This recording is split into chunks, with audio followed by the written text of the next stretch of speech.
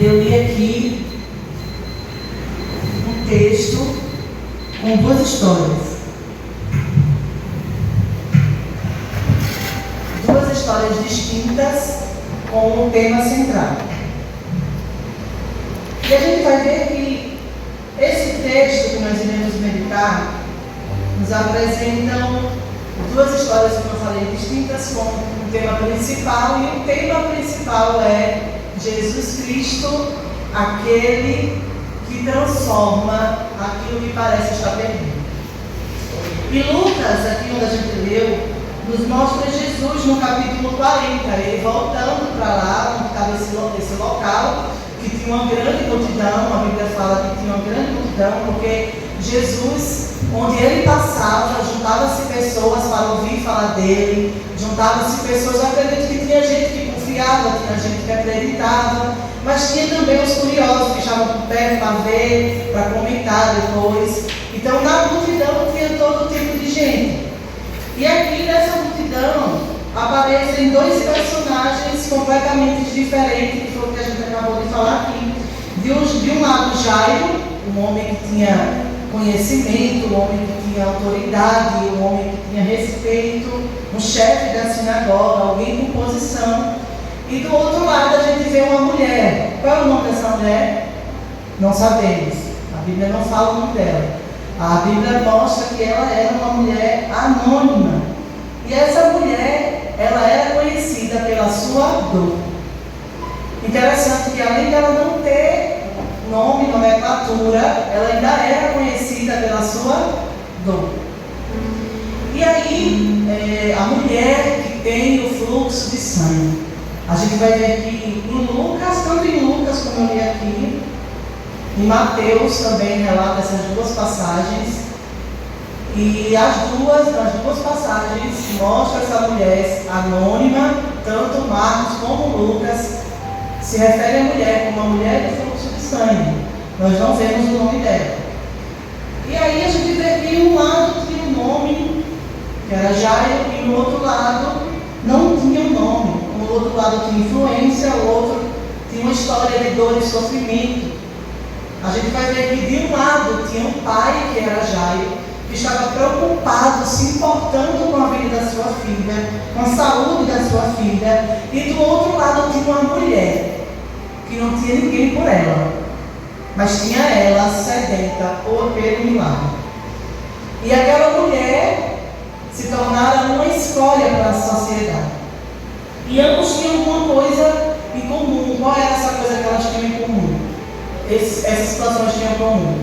Ambos chegaram no limite. Ambos já estavam no final das suas forças. E ambos precisavam de um milagre de Jesus. E existe algo muito profundo aqui nessa passagem, porque há um número em comum entre eles. A menina tinha quantos anos? 12 anos. E a mulher sofria quantos anos? Quantos anos? 12 anos. 12 anos. E eu fiquei pensando sobre isso. Que enquanto a filha de Jairo estava nascendo, trazendo alegria para sua casa, um filho, a Bíblia fala que um filho é herança, trazendo herança para os seus pais, trazendo alegria, trazendo esperança para a sua família. Do outro lado, nós vemos uma situação totalmente oposta. Uma mulher começar a viver um período que seria o período mais difícil da vida dela. Ela começaria uma história de sofrimento que ia durar quanto tempo? 12 anos. Enquanto uma mãe segurava seus filhos nos braços com alegria, uma mulher começava a viver uma luta contra uma enfermidade. Enquanto a família comemorava a vida, outra começava a sofrer perda, limitações, preconceito. E a gente vai ver aqui em Lucas, o 8, o 41, o 42. Vou ler aqui com vocês. Fala. E eis que chegou um varão de nome Jairo, que era príncipe da sinagoga, e prostou-se aos pés de Jesus, e rogava-lhe que entrasse em sua casa. a dor, o desespero, o sofrimento nos leva para um lugar, a gente que é cristão, a gente que acredita em Deus, nos leva para um lugar de dependência. As pessoas que também não acreditam em Deus, no momento de dor, elas vão para um lugar de dependência. E Jairo, como eu falei, era um homem importante, ele era o chefe da sinagoga. E a gente não vê Jairo chegando em Jesus, dando carteirada. Jesus, eu sou o chefe, eu sou o grandão. Ele não chega se aproximando, dizendo quem ele era, que ele era o grandão, que ele era o poderoso. Não, a gente vê Jairo fazendo o quê? Se prostrando. Olha que coisa linda, porque os escritores, ambos, tanto Marcos como Lucas, eles deram nomenclatura para Jairo como o quê? Chefe da sinagoga.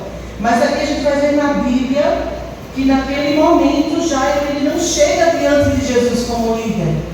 Ele não chega diante de Jesus como mostrando a sua posição, ele chega como pai. Se ajoelha aos pés de Jesus, apresentando a sua filha. E ele mostra no versículo 41 que ele se prostra. Irmãos, há algo poderoso em se prostrar aos pés de Jesus. A gente vai ver que o Senhor, ele se comove com a pessoa quebrantada. O que significa se prostrar aos pés de Jesus? Significa que a gente está deixando o nosso orgulho lá, está deixando a nossa aparência, está deixando a nossa nomenclatura, a nossa posição. Se prostrar aos pés de Jesus está mostrando que a gente reconhece, Senhor, Tu és tudo. Senhor, eu estou diminuindo aqui, eu estou me prostrando para que Tu cresças em minha vida. E Jairo, ele podia procurar qualquer solução. Ele tinha, como eu falei, ele tinha nomenclatura, ele era o chefe da sinagoga, ele poderia procurar os melhores médicos, poderia procurar curandeiro, poderia procurar quem ele quisesse. Ele tinha poder, ele tinha dinheiro, mas ele procura o melhor lugar, que é os pés de Jesus. E o que eu acho poderoso aqui é que o Senhor nos traz hoje aqui, de manhã, às 9h07 da manhã, para dizer para você que você pode ter procurado A, pode ter procurado B, pode ter procurado amigos, pode ter procurado até o pastor, pode ter procurado conselho com pessoas, mas o Senhor me trouxe aqui para dizer: o melhor lugar ainda é aos meus pés.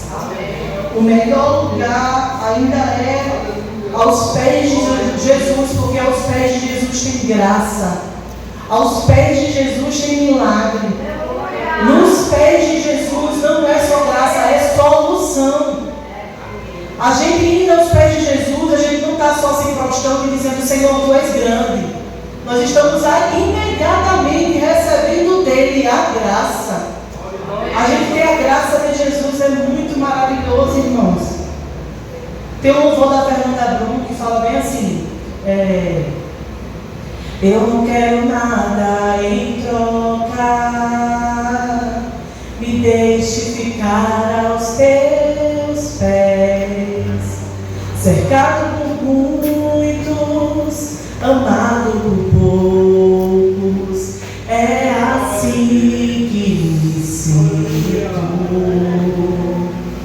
Me deixe ficar aqui, pois sei que Deus está sempre a me proteger. Meu choro cessará ao amanhecer. Eu sei que nada vai me afastar de Ti, Cordeiro e o Leão, meu tudo, meu amor. É maravilhoso quando nos colocamos aos pés de Jesus, declarando: Senhor, nós somos dependentes de Ti, porque é o lugar que devemos estar lá. É colocando Jesus na frente, é colocando Jesus como superior em nossa vida. Porque olha que coisa linda, quando nós estamos em situação de crise, o que aconteceu com Jairo? Ele estava numa situação de crise, só que Deus nos orienta a colocarmos ele como superior, irmos aos pés dele, mesmo em situação que não seja de crise. A Bíblia fala que Jesus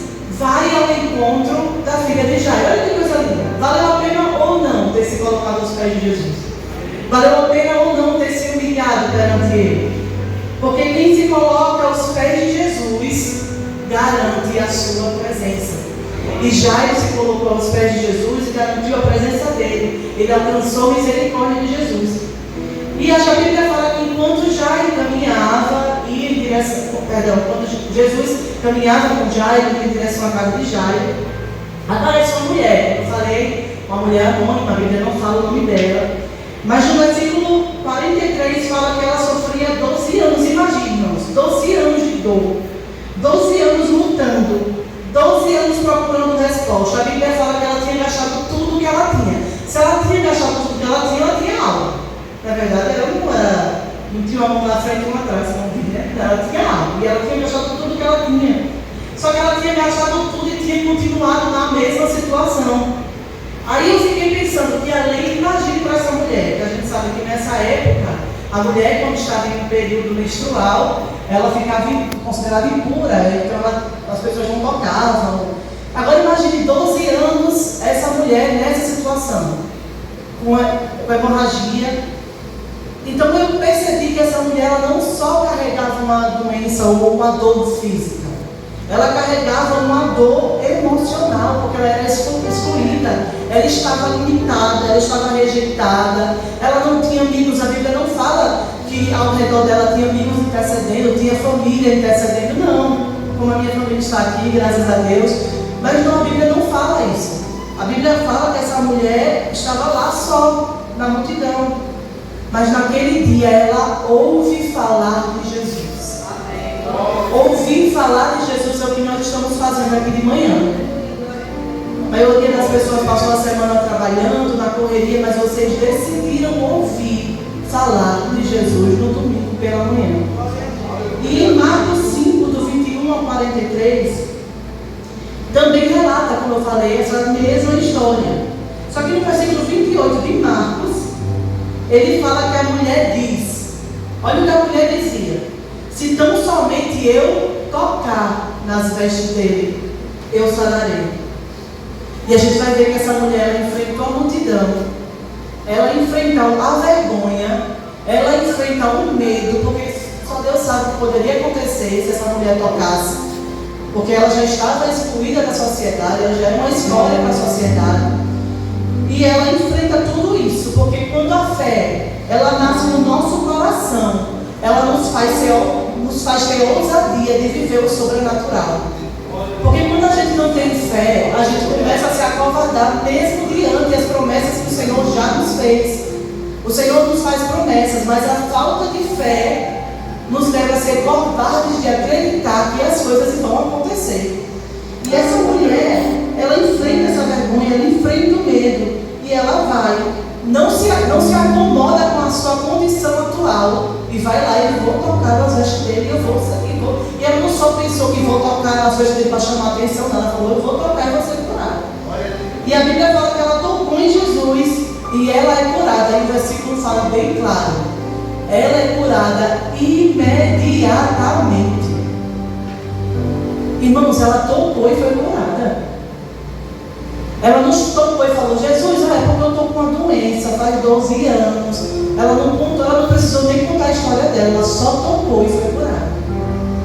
E a Bíblia fala que Jesus pergunta, quem te tocou?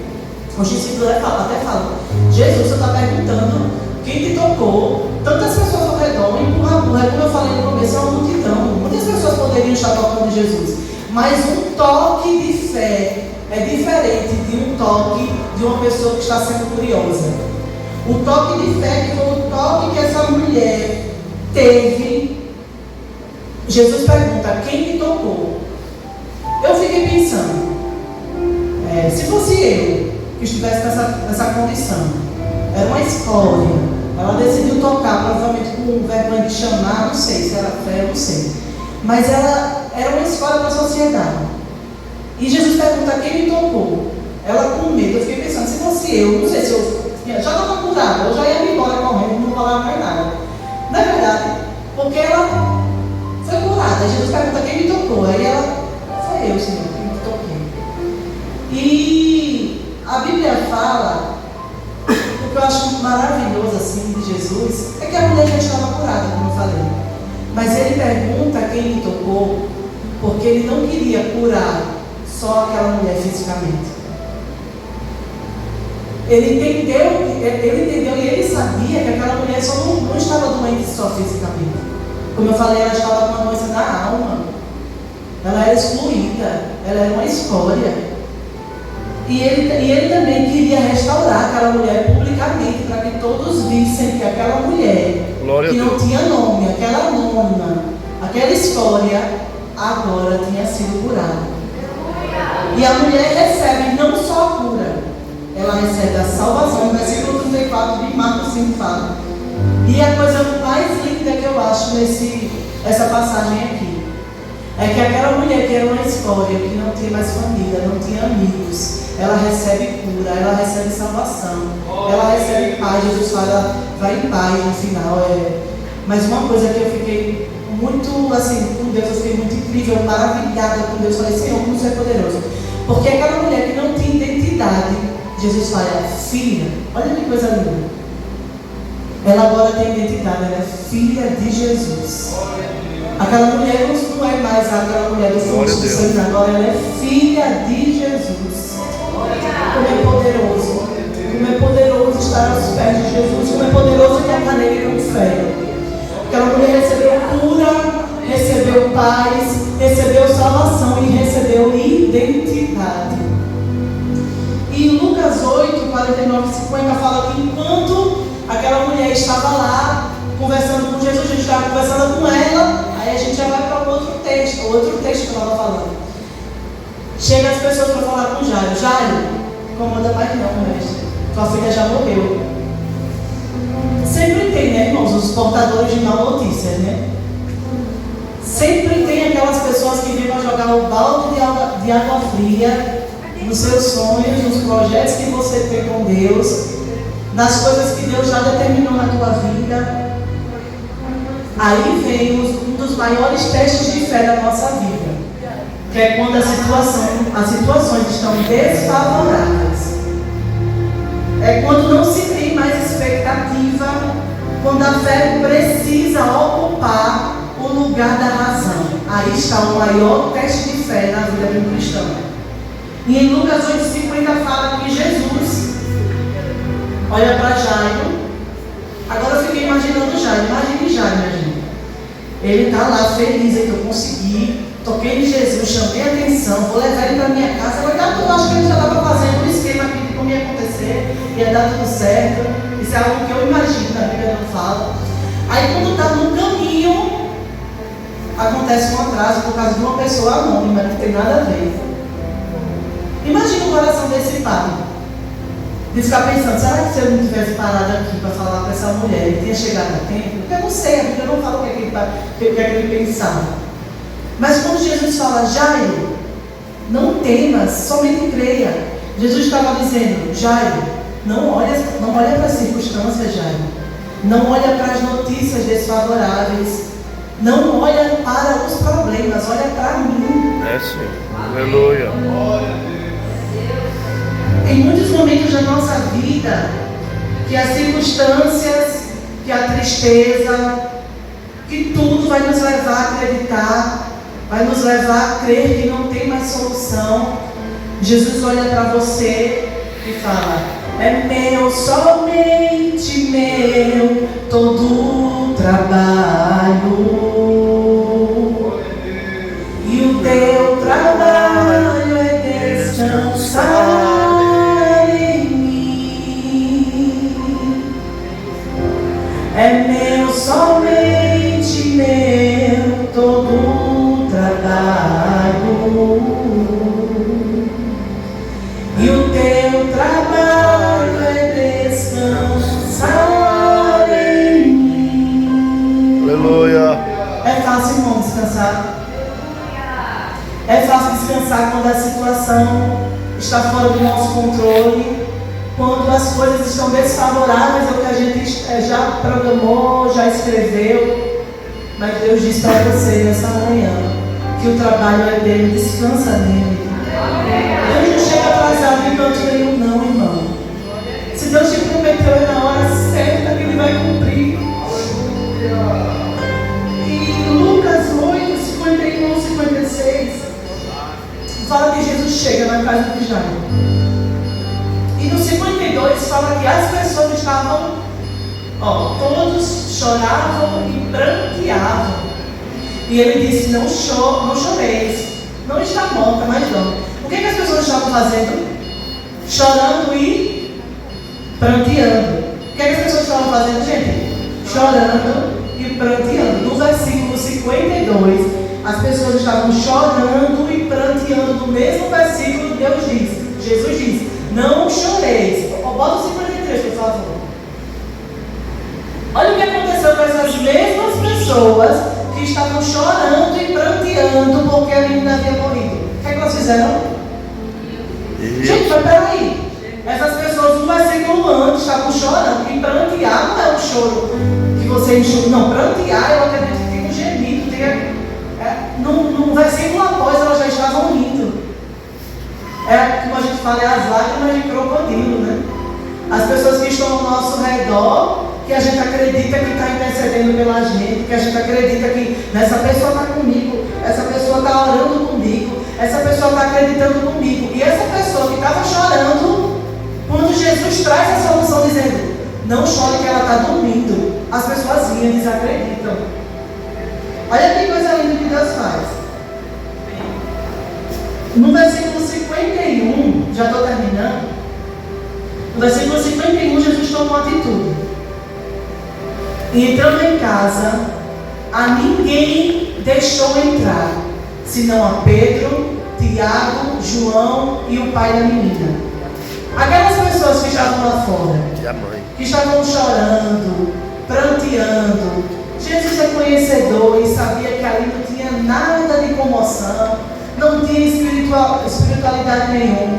Há momentos na nossa vida que Deus vai precisar tirar de perto da gente quem não é espiritual. Porque tem coisas nas nossas vidas que nós vamos viver que só quem é espiritual vai precisar e vai estar presente para presenciar. Porque se Jesus tivesse mandado entrar todo mundo dentro da casa, as pessoas estavam rindo do milagre, igreja. As pessoas estavam desacreditadas que Jesus ia fazer um milagre. E ele fala, não, vocês, eu imagino que essa frase, essa atitude de Jesus dizer, ninguém entra, só Pedro, Tiago, João, a menina, o pai, entra dentro de casa. Eu acho que é como Jesus vai dizendo, olha cru, fica dentro aí, os cru, fica tudo aí fora. Porque só vai viver o milagre, só vai experienciar o milagre aqueles que são espirituais. Não tem como os olhos carnais ver coisas espirituais. Para você vivenciar, para você ver o espiritual, você precisa estar vivendo o espiritual de Deus.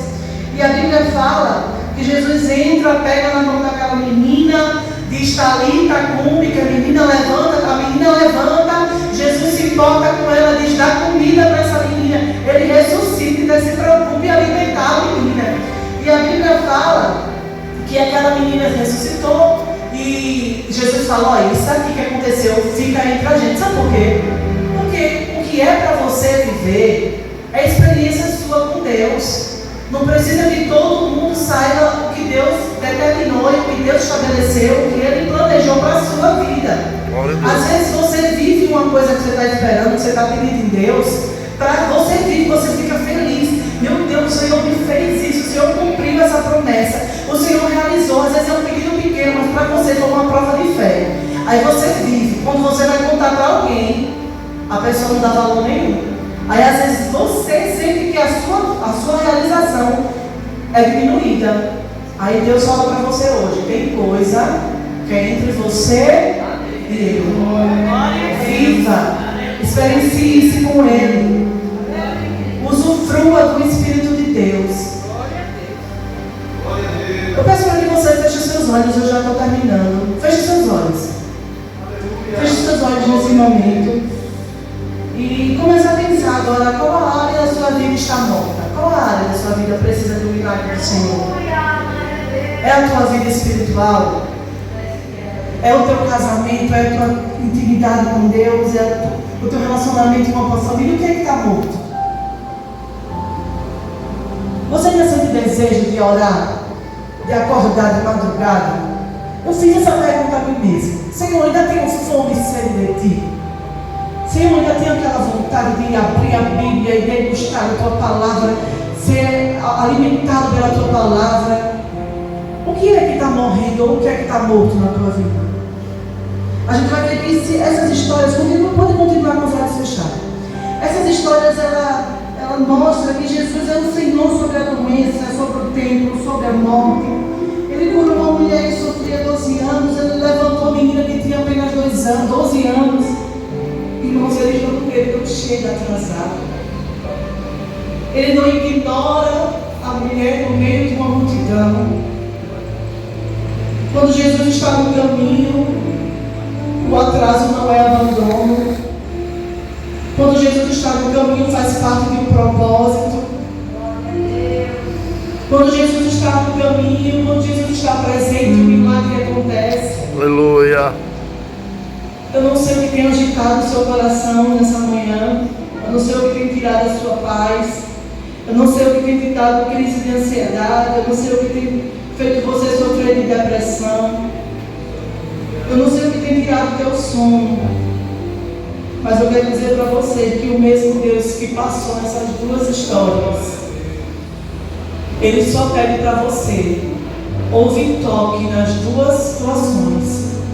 Precisou que a mulher do fluxo de sangue, precisou que o pai o tocasse com fé, fosse aos pés de Jesus. Dê um toque de fé hoje no Senhor. Não quero interromper o teu silêncio, ó Pai. Faça essa oração para Ele.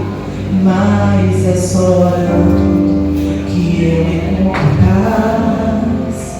O vento da visão quer apagar a chama. Em adoração. O mundo é um oceano, minha carne é um furacão, minha vida é um barquinho buscando direção. Descansa minha alma, acalma a tempestade que agita o meu coração. Passa para Ele. Acalma o meu Coração,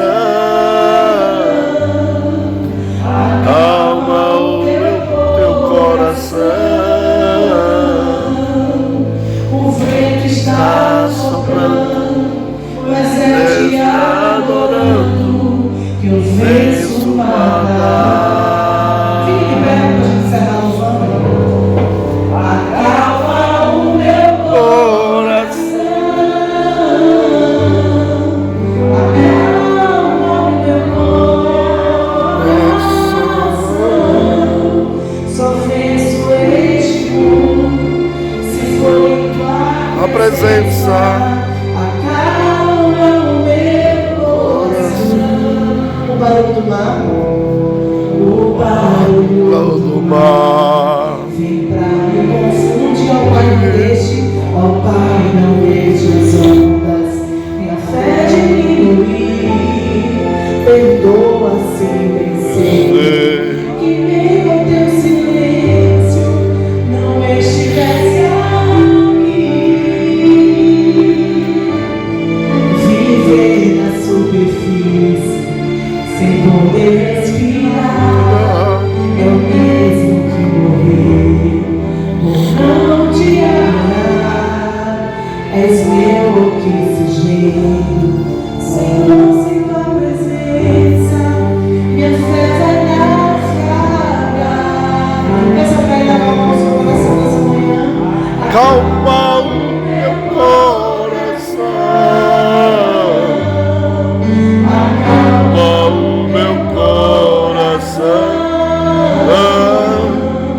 O vento está soprando, mas é te Adorando que eu venço o mal da aflição. Acalma o meu coração, acalma o meu coração. Só venço este mundo se for em tua presença. Acalma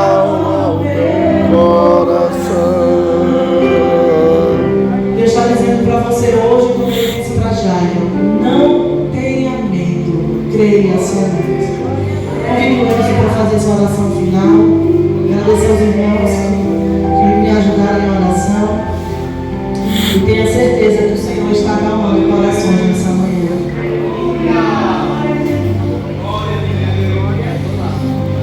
Oremos. Maravilhoso Deus, eterno Pai, queremos te render graças, Senhor, por mais uma manhã na tua presença. Deus, te agradecemos, Senhor, pela palavra que foi ministrada aos nossos corações.